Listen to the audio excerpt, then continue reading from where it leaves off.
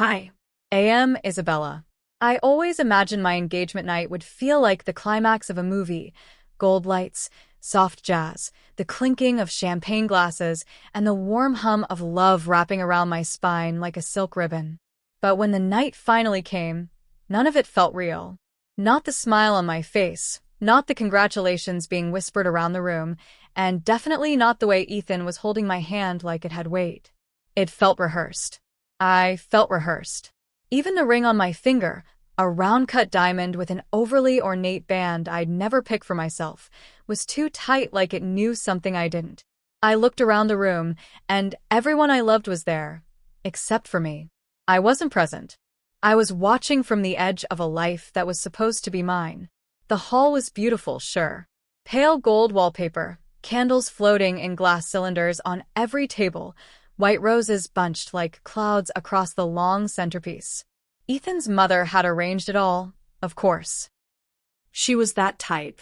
Type A, socially sharp, the kind of woman who smiled at your dress and judged your laugh. I knew I wasn't her first choice for her only son, but she had stopped trying to hide it when Ethan proposed. Maybe she thought a ring would make her tolerate me. It hadn't. I could see it in her eyes as she gave a toast. Her smile didn't reach the corners of her mouth. I caught my reflection in one of the tall mirrors behind the champagne tower. My dress fit perfectly, off-shoulder, ivory, clean lines. My hair had held its curl longer than expected, and my lipstick was still intact. On the outside, I looked like a woman in love.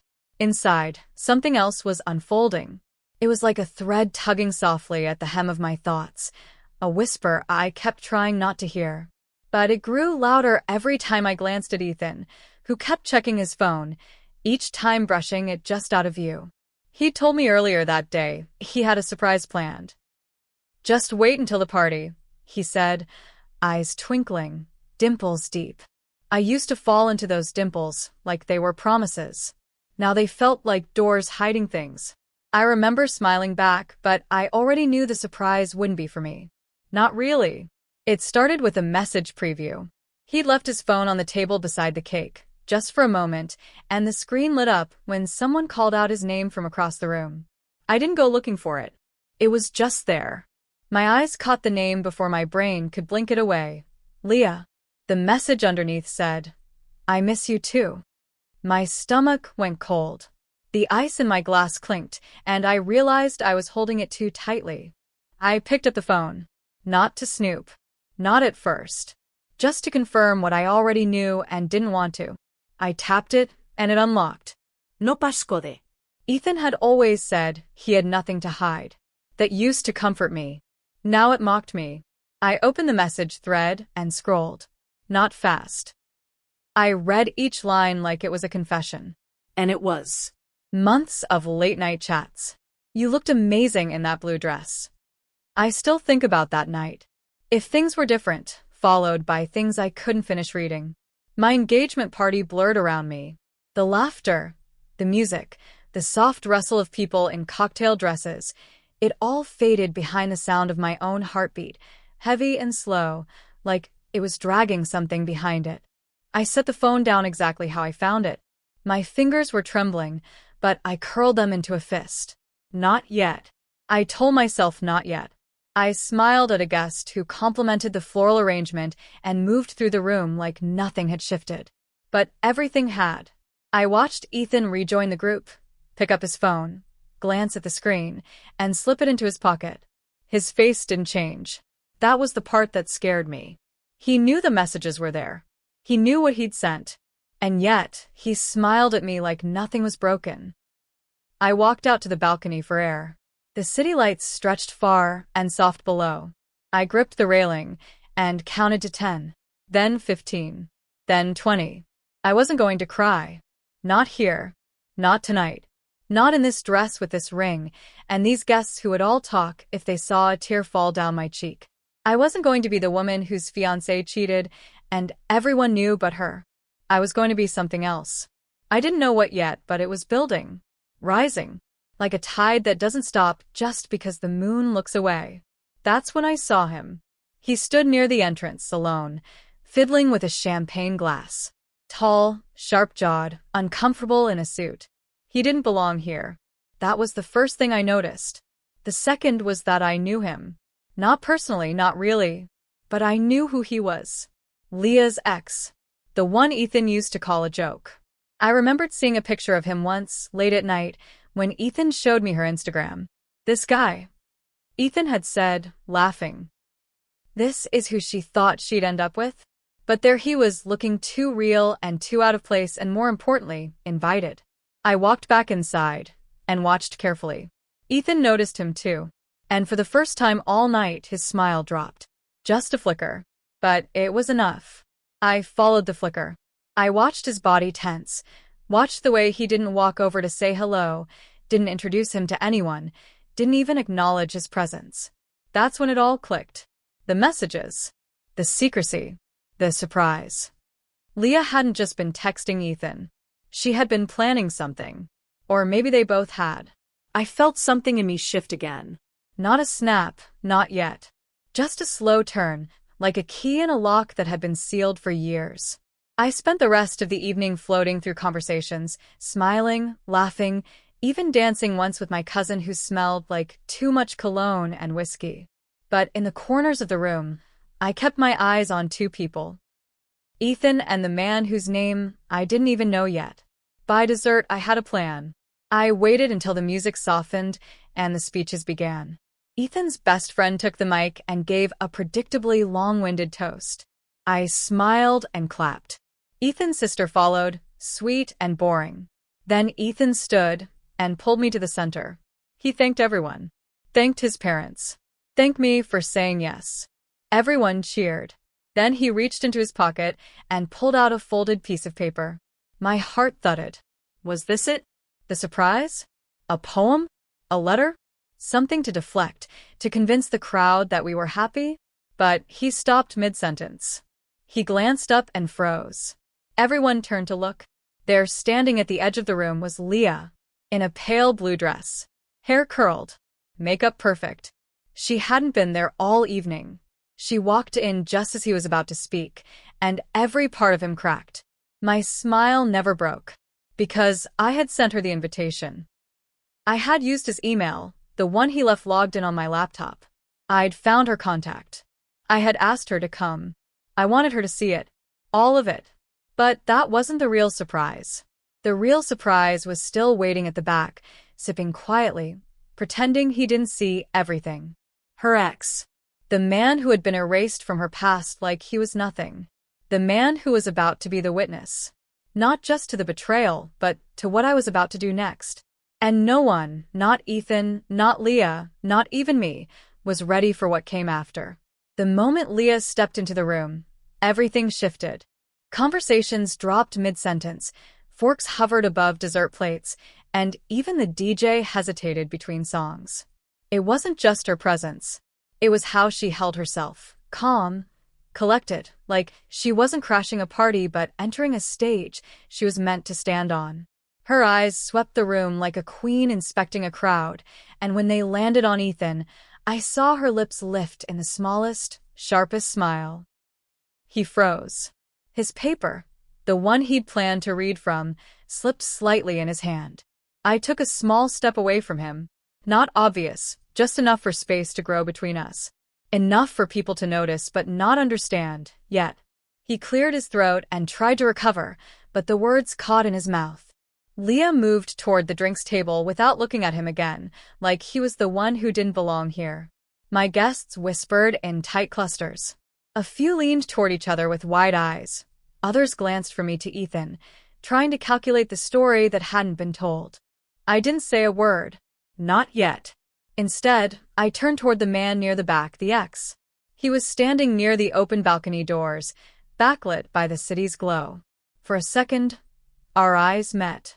He looked confused, maybe even nervous, but not surprised. That told me everything. He didn't know why he was here. He had come because someone invited him, and he wanted to see how the story ended. Now, he was part of it. I excused myself from the center and walked toward him, glass in hand, like nothing was wrong. As I approached, he straightened, and for a moment, we stood in silence. Then, softly, I said his name because I had learned it hours ago. From her messages. His name was Jordan. And when I said it, his brows lifted, stunned. I didn't smile. I just handed him the folded printout I'd taken from Ethan's email earlier that day, proof of a dinner reservation he'd made 2 weeks ago. With Leah. On the same night, he told me he was meeting his cousin for a boys' thing. I'd highlighted Leah's name, the reservation note. Quiet table for 2 anniversary. Jordan read it. Then again.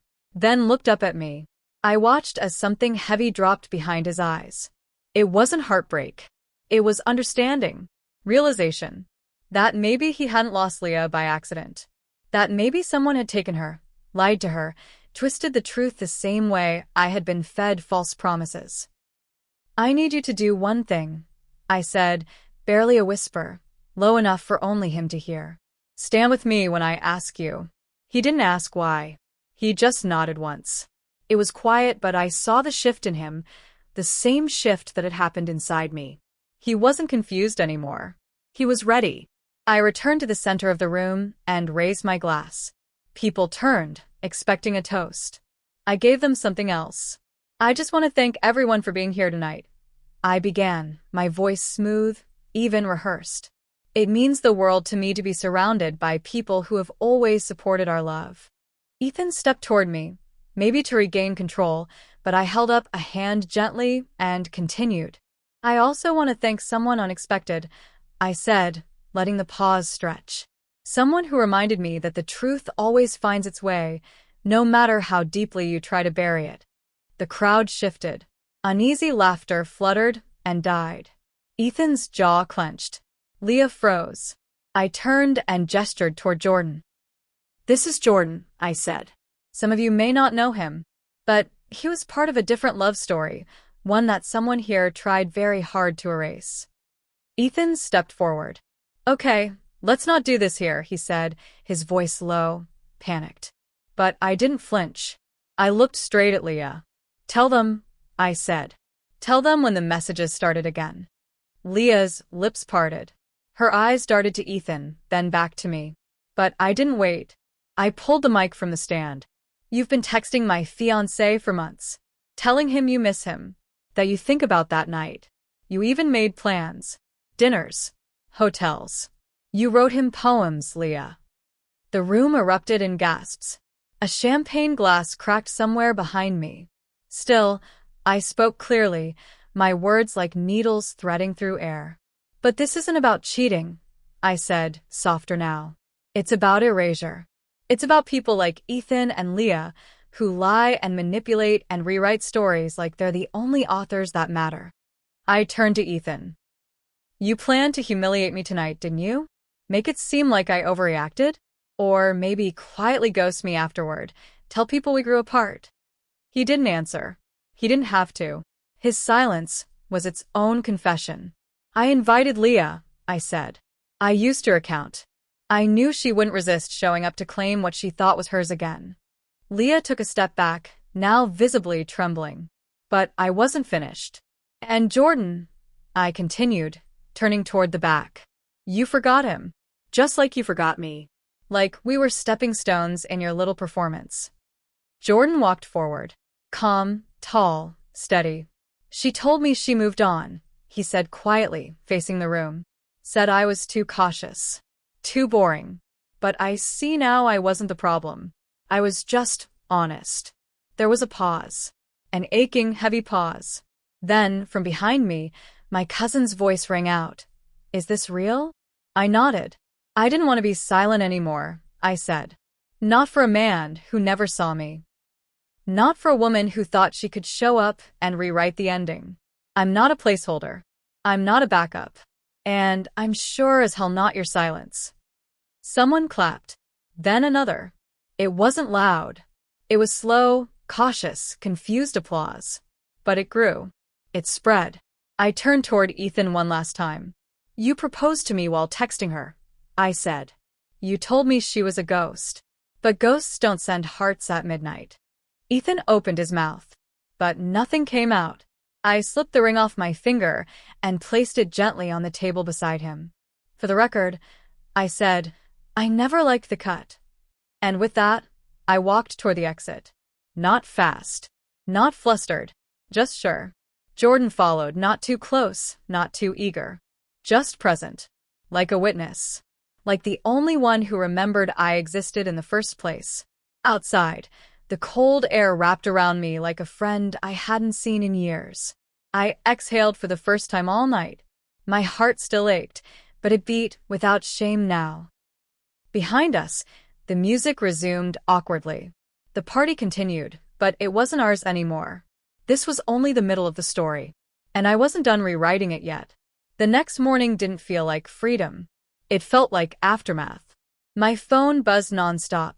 Messages from guests, friends, coworkers, even Ethan's mother who sent a cold, clipped text that simply read, "You've embarrassed everyone." I didn't reply. There was nothing left to explain. The truth had already echoed through that gold-lit room like a wrecking ball, and I didn't care to piece it back together. But I wasn't celebrating either. I sat in my apartment, wrapped in an old hoodie, hair still stiff from the styling mousse, staring at the ring box now sitting at the bottom of my kitchen trash. It wasn't over for me. Not yet. Because for all the public unraveling I had forced Ethan into, one thing kept gnawing at me. Why now? Why propose if he still wanted her? Why stage a performance if he had no intention of following through? Then I remembered something. A week before the engagement party, I noticed a strange call on our shared home line, one of those generic numbers with no ID. When I asked Ethan about it, he brushed it off. Probably spam, he'd said, and I had believed him because, back then, I still wanted to. But now I knew better. I logged into our shared phone plan portal, something I hadn't touched in months. I scanned the recent call history, and there it was again. The same number. Only this time, I noticed a second call the same day. Outgoing. To the same number. 23 minutes. I copied it down and called from my personal phone. A woman answered. Her voice was firm but pleasant. Yes, hello? I hesitated. Hi, I think there's been a mix-up. My fiancé received a call from this number last week. There was silence. Then she said, Are you Ms. Claire Bennett? I paused again. Yes. Why? There was a rustle on the other end, as if papers were being sorted. Then she spoke again, slower this time. I'm with the legal division of Oakenhurst Properties. Your fiancé, Mr. Ethan Cole, had you listed as a co-signer on an upcoming investment property. The engagement was part of the submission documentation for a dual loan eligibility file. We called to confirm the upcoming union. My breath left my body. It wasn't about love. It wasn't even about Leah. Ethan had proposed because of a business deal. A luxury condo downtown, prime location, high-profile investors. He needed a committed partnership on paper. And I was the paper. I ended the call and stood motionless in my apartment for what felt like hours. He was going to marry me for funding. Not for a future. Not for a home. For money. For access. He needed the illusion of stability, and I was the illusion. My skin prickled with anger, but underneath it was something sharper. Disgust. Disgust at how neatly I'd been boxed and labeled. Fiancée. Co-signer. Background. I had exposed the affair, yes. I'd dismantled the relationship. But this was something else entirely. Something that needed a different kind of justice. I texted Jordan. We met at a corner cafe, low light, quiet. He wore the same jacket from the night before, hair still stiff from the party. He looked tired but sharper than before. I told him everything about the calls, the condo, the contract I hadn't signed but had apparently been included in. He didn't flinch, just nodded, slow and deliberate. So, we weren't just disposable, he said. We were tools. I nodded. He leaned in. Then maybe it's time we both stop being useful. We devised a plan. Not a revenge plot, something deeper. More calculated. Something Ethan and Leah couldn't spin. Jordan had access. Months ago, Leah had shared her passwords with him when they were still together. She never changed them. Her email, her cloud storage, her drive, all still open. She had trusted that he would just vanish after the breakup. That he wouldn't check. That he wouldn't care. He did. And what we found changed everything. Emails from Ethan, voice notes, screenshots, pictures of hotel reservations, conversations about erasing complications, texts from Ethan joking that I was loyal to a fault. But one file stopped everything. It was a document, a copy of a contract draft, one I'd never seen before. A declaration of joint intent, signed digitally by me. Except I had never signed anything. Jordan and I looked at each other, realization sinking in like rot. My signature had been forged. He had planned it all. The engagement, The party. even the story he'd tell when I found out. He didn't expect Leah to show up late. He didn't expect me to find the messages. He thought I'd quietly spiral, maybe blame myself, back out gracefully. He didn't expect me to fight back. I contacted a friend from law school, Anna, who now worked in document forensics. She confirmed what we suspected. The signature on the condo documents didn't match my legal one. It had been copied, digitally pasted, and embedded with metadata from an entirely different PDF. It was enough. I went to Oakenhurst Properties myself. Showed them the proof. They were horrified. Not because of the forgery that could be scrubbed, but because of the scandal. The last thing high-end developers want is bad press before a luxury build launches. They froze the deal. And Ethan? He lost everything. The investors pulled out within a week. Word spread quickly. He tried calling me twice. Then 3 times. I never answered. He sent one last message, and I read it only once before deleting it. You could have just walked away. But I didn't walk away. Because walking away would have meant accepting the version of me they wrote. Quiet. Background. Useful. I was none of those things. Weeks passed. The headlines changed. Oakenhurst rebranded the project. Leah disappeared from social media. Ethan made his accounts private. And I kept the mic. Literally. The microphone from the engagement party, left on the table after I set down the ring. My cousin had taken it home as a joke, handed it to me later, said, "You earned this." I placed it on my bookshelf next to my degree. Not because I wanted to remember the night, but because I wanted to remember the moment I stopped being silent. Jordan and I stayed in touch. We didn't fall into a romance. Not right away. We walked instead. Talked. Compared damage. Laughed at how easily people mistake ambition for love. We met for tea on cold days and walked through bookstores on warm ones. We didn't plan anything. But one evening, as we stood outside a theater watching people flood out in laughter, he said, "Funny thing. You made them all listen." And I said, "Funny thing. I wasn't even playing music." He smiled. And I did too. For the first time in years, I wasn't surviving someone else's plan. I was writing my own. People think that after you expose someone, the story ends. That there's a clean break, a final act, a fade to black where you get to breathe and move on. But life isn't a movie. It doesn't end when the villain falls. Sometimes they claw their way back in. And sometimes you don't even know who the real villain was until much later. It was a Thursday afternoon when I got the envelope. Hand-delivered. No stamp. No return address. The kind of envelope that looks plain until you open it and everything inside burns. Inside was a cease and desist letter. Neatly worded, legally phrased, signed by a firm I didn't recognize. But the name at the bottom wasn't Ethan's. It was Leah's. She was suing me for defamation. I reread the letter 3 times before I could process it. She was accusing me of public humiliation, reputational damage, and interference with private communications.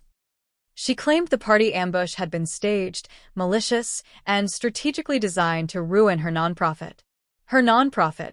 I hadn't even known she ran one. I looked it up. Barely registered, 1 photo on the homepage, no board, no mission statement beyond vague references to arts outreach. But it didn't matter. What mattered was the pressure she was applying. She wasn't trying to win. She was trying to scare me. Trying to force me to backpedal, apologize, retreat. What she didn't know was that fear had stopped working on me. I sent the letter to Anna, my friend-in-law, who reviewed it with a half-laugh and said, "She's trying to rewrite the story while the ink is still wet." We drafted a response, calm and professional, attaching evidence, screenshots of texts, the audio file of her voice at the party, Jordan's testimony, and, most importantly, the digital trail of messages she thought she had deleted. She hadn't. Nothing is ever truly gone. We sent it. For 2 weeks, nothing happened. I went to work. I walked through bookstores with Jordan. I listened to the silence where Ethan's name used to live in my head. But something didn't sit right. It was too quiet, too controlled. Then Jordan called. He had been contacted by a local journalist, someone researching Oakenhurst properties and looking into the collapse of the deal. The woman, Erica, wanted to speak to me. I met her in a small cafe near the river. She was sharp, older, the kind of person who never takes a first answer at face value. She asked me about the party. About Ethan. About the forged documents. I gave her the facts. But when I mentioned Leah's lawsuit, her brows lifted. Leah Anders? She asked, scribbling. Did you know her nonprofit was used as a pass-through for property investment write-offs? Her foundation received a $75,000 donation from Ethan's holding company 2 months before the engagement announcement. I froze. What are you saying?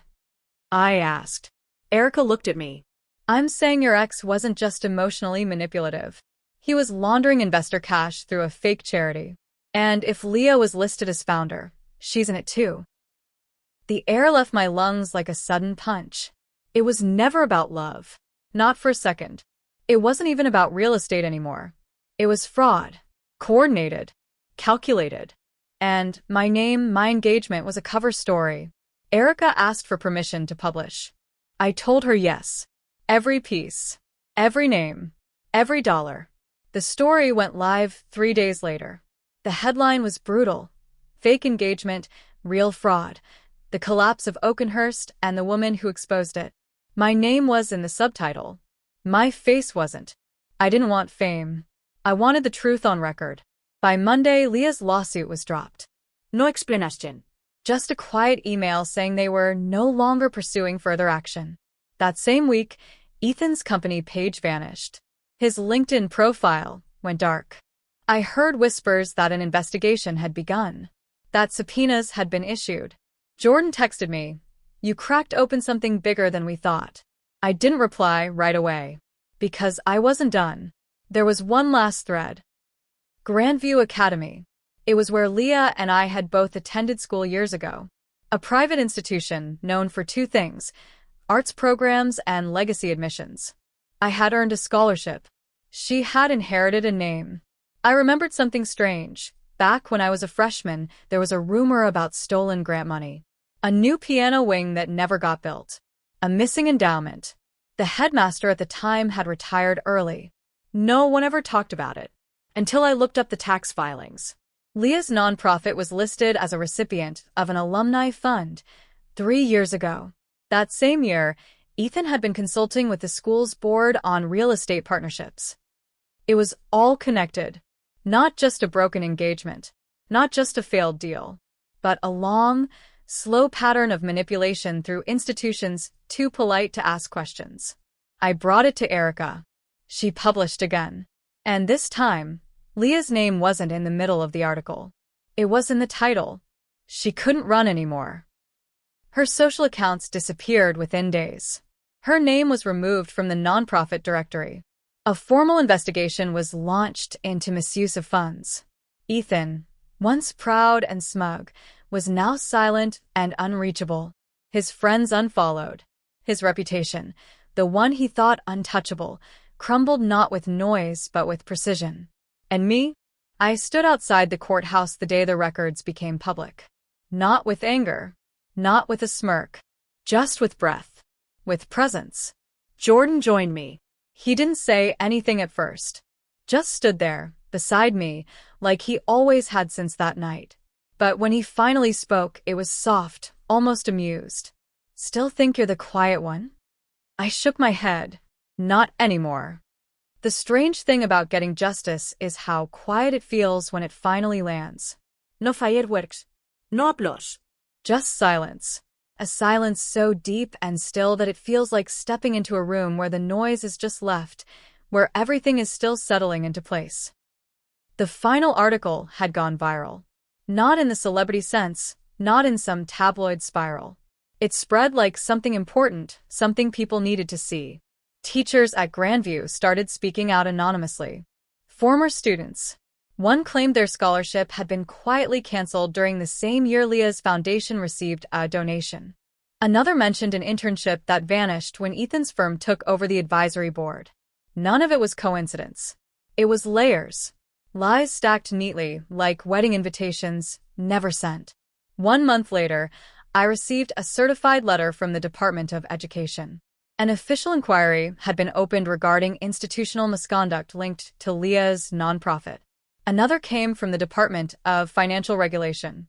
Ethan was being investigated for forgery, false filings, and misappropriation of investor funds. I wasn't required to testify. My statement, the documents, and digital records were enough. The story I told had already echoed through every wall that once silenced me. I should have felt relief. Maybe even revenge. But what I felt, most of all, was clarity. For years I had lived like a whisper, like something delicate you protect by hiding it away. But I wasn't delicate. I was deliberate. I had been erased, underestimated, reshaped by people who only saw my usefulness. But now? I had redefined the shape of myself. It wasn't just about Ethan or Leah. It was about every version of me they tried to write without asking who I was. It was about walking into rooms where I used to shrink and taking up space, not with noise, but with the quiet certainty that I belonged there. A week later, I went back to the venue where the engagement party had happened. It was empty now, reserved for a charity fundraiser that had been postponed. The staff let me walk through the ballroom. The lights were off. No music. Just the pale glint of chandeliers and the distant hum of the city below. I stood in the exact spot where I had placed the ring. The table was gone, but the feeling was still there. Not pain, not regret, just a ghost of a version of me that had finally moved on. I didn't cry. I walked to the balcony. The same one I had leaned on when I saw Jordan for the first time. The skyline stretched wide and indifferent. The wind was sharper now. Autumn had settled in. Leaves curled on the sidewalk below like secrets finally released. That evening, I hosted a small recital at the community center. It wasn't formal. Just a handful of students, a few teachers, and a dusty upright piano with 2 sticky keys. I wore jeans, a simple sweater. No one was filming. No spotlight. Just music. Halfway through the evening, one of my students, a shy girl named Alina, who barely spoke, stood up and walked to the piano. She'd been practicing a piece I gave her weeks ago, but she never played it all the way through. Tonight she did. She played with mistakes, with pauses, with hands that shook. But she played with heart. At the end, she turned toward me and smiled. Not wide, just enough. It was the kind of smile that says, I believe I exist. That was the moment it all settled. Not during the lawsuit. Not during the headlines. Not even when the investigations launched. It was then. That quiet, incomplete melody played by someone who was finally being heard. Jordan came to the recital, too. He sat in the back, arms crossed, still wearing that same gray jacket he always did when he didn't want to look like he was trying. He didn't say much afterward.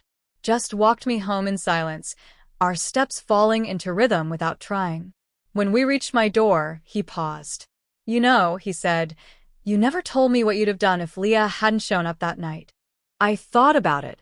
I think I still would have played, I said. But the song might have sounded different. He nodded. Do you still have it? The piece you played? I looked at him. No. I never wrote it down. I just let it out. He looked like he wanted to say something else, but didn't. Instead, he reached into his jacket and pulled out something folded. I opened it. It was a printout of the original event program from the engagement party. My name had been at the bottom, small, italicized, piano girl, tentative. But someone had scratched it out. In ink, thick and dark. And next to it, in Jordan's handwriting, it now read, composer, witness, survivor. I folded it slowly, carefully, and pressed it to my chest. I didn't speak. I just leaned forward, gently, and rested my head on his shoulder for a moment. It wasn't a promise. It wasn't a beginning. It was a recognition that we were both still here, that we had survived, that we had been rewritten and had rewritten ourselves. Months passed. The investigations unfolded slowly, as they always do. Quiet courtrooms, depositions behind closed doors. No dramatic arrests or public spectacles. But the consequences came. Oakenhurst's top investors severed ties. Ethan was blacklisted from 2 real estate boards. Leah's foundation was permanently dissolved. She resurfaced briefly under a different name, but the internet never forgets. And me? I applied for a grant. Not for music. For community education. I launched a small program teaching music to girls in under-resourced schools. Not as charity. As empowerment. I named it the second movement. Because second movements are where the emotion lives. The depth. The pain. The transformation. The part people remember long after the first act ends. And every recital begins with one phrase printed on the program. Play something they can't ignore. I didn't seek revenge. I didn't reclaim a stage. I just made sure no one ever erased me again. And that was enough.